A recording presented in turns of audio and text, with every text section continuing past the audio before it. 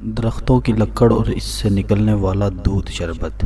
دوستو، بچپن میں پڑھا تھا کہ پودے کے اندر پائپوں کا ایک جوڑا فٹ ہے جنہیں زائلم اور فلویم کہتے ہیں۔ زائلم پائپ زمین سے جڑوں کے ذریعے پانی اور نمکیات اکٹھا کر کے اوپر پتوں تک پہنچاتا ہے، جبکہ فلویم پائپ پتوں میں تیار ہونے والی پودے کی خوراک کو پورے پودے میں پہنچا کر اسے غذائیت فراہم کرتا ہے۔ ان دونوں پائپوں کو ملا کر ویسکولر بنڈل یا پائپوں کا جوڑا کہتے ہیں، کیونکہ دونوں ایک دوسرے کے ساتھ متوازی جڑے ہوتے ہیں۔ اب جب پودا بڑا ہو کر مکمل درخت بن جاتا ہے تو اس کا تنا سبز سے سخت جان لکڑ میں تبدیل ہو جاتا ہے۔ اب حیران کن بات یہ ہے کہ اتنی سخت جان لکڑ میں ایسا کیا ہے کہ اسے خوراک مل رہی ہے اور وہ کھڑا ہے۔ بات یہ ہے کہ جب درخت کو کاٹ کر اس کی لکڑ کو اندر سے دیکھیں تو اس کے دو بڑے حصے نظر آتے ہیں، بیرونی لکڑی یا سیپ ووڈ اور اندرونی لکڑی یا ہارٹ ووڈ۔ بیرونی لکڑی یا سیپ ووڈ کیا ہے، میں اس کے بارے میں آپ کو مزید بتاؤں گا۔ اس میں درخت کی بیرونی چھال ہوتی ہے جسے بارک کہتے ہیں۔ اسی چھال کے اندر فلویم حصہ اور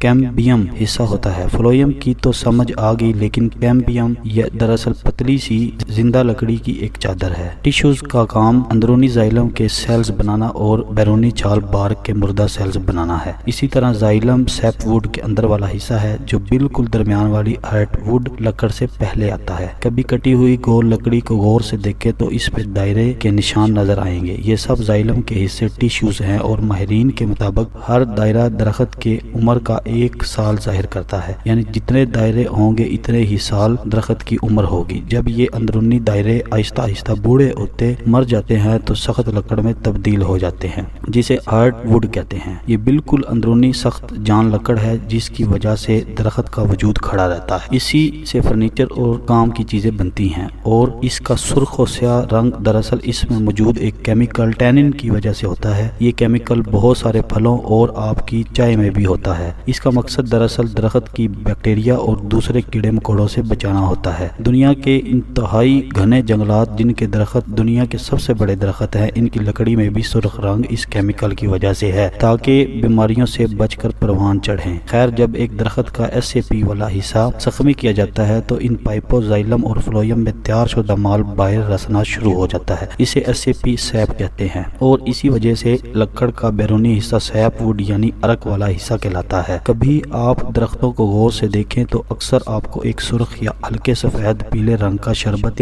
دار مادہ سب باہر نکلتا ہوا نظر آئے گا، جسے پنجابی میں ہم چیڑ بولا کرتے ہیں۔ یہ اصل میں درخت کا خون ہے، مطلب کہ اس کے پائپ کسی وجہ سے لیک کر گئے ہیں۔ یہ ایک جانور یا کیڑوں کے ہاتھوں بھی ہو سکتا ہے اور انسان کی بھی شرارت ہو سکتی ہے۔ بہرحال اس شربت کو گھنے چنے درختوں سے کمرشلی طور پر نکال کر بیچا جاتا ہے، جیسے میپل ٹری کا شربت جسے بطور میٹھا ناشتے کی چیزوں میں استعمال کیا جاتا ہے۔ ایک اور درخت بیچ ٹری جو نارتھرن ہیمسفیئر جغرافیائی والے علاقوں میں پایا جاتا ہے اور شاید پاکستان کے کچھ علاقوں میں بھی اگتا ہو، اس میں سے بالکل سفید چینی والا شربت نکلتا ہے جسے سیدھا پیا جا سکتا ہے۔ چیڑ جو سخت ہو کر جم جاتا ہے یا ہلکا نرم لیس دار ہوتا ہے، اس میں معدنیات اور گلوکوز ہوتا ہے۔ اسے آپ کھا تو سکتے ہیں، لیکن احتیاط کریں، عموماً پھلدار درختوں سے نکلنے والی چیڑ نقصان دہ نہیں ہوتی، لیکن اس میں بیکٹیریا ہو سکتے ہیں جو نقصان دہ ہیں، اس لیے بہتر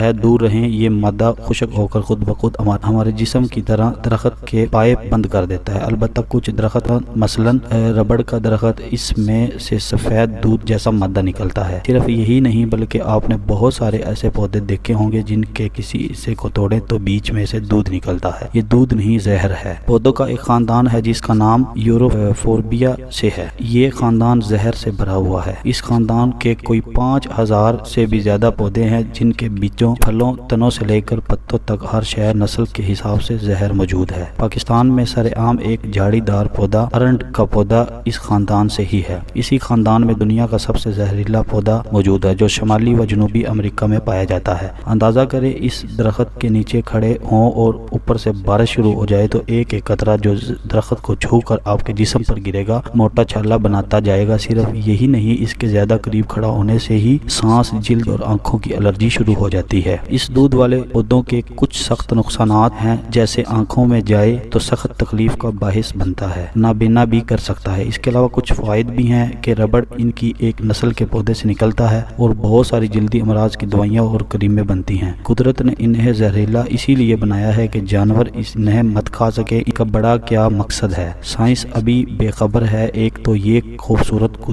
قدرتی خوبصورتی میں اپنے پھولوں کی وجہ سے مشہور ہیں۔ ان کے پھلوں اور دودھ کو جلدی کینسر کے علاج معالجے کے لیے بھی قابل عمل لایا جا رہا ہے۔ بچے اکثر ایسے دودھ والے پودوں کے ساتھ کھیلنا شروع کر دیتے ہیں۔ احتیاط کریں۔ مزید ویڈیوز دیکھنے کے لیے ہمارا چینل